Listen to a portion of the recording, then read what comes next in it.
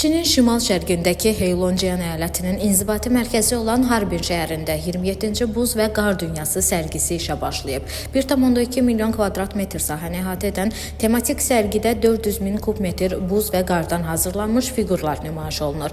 Bu fiqurlar arasında müxtəlif ölkələrdəki məşhur memarlıq nümunələrinin oxşarları, cizgi film qəhrəmanları da var. Dünyanın ən böyük buz və qar sərgisinin davam edəcəyi günlərdə Harbin Beynəlxalq Buz və Qar Festivalı, müsabiqələr, qar futbolu, donmuş Sonhua çayında üzgüçülük və xokkey yarışları, fantaziya şouları, virtual reallıq layihələri təşkil olunacaq. Turistlər rəqəmsal incəsənət muzeyinə baş çəkə biləcəklər. Qeyd edək ki, Çinin buz şəhəri hesab olunan Harbindəki buz və qar dünyası sərgisi hələ 2023-cü ildə sahəsinin böyüklüyünə görə Ginnesin rekordlar kitabına düşüb. Sonrakı illərdə sərginin sahəsi daha da genişləndirilib. Hər il sərgini təxminən 3 milyon nəfər ziyarət edir. Martın əvvəlinədək davam edəcək Harbin sərgisi Çində populyar qış turizmi tədbiridir. Sərgiyə giriş bileti dekabrın 23-dən 298 yuan, təxminən 42 Amerika Birləşmiş Ştatları dolları, sonrakı mərhələdə isə 328 yuan, 46 dollar olacaq.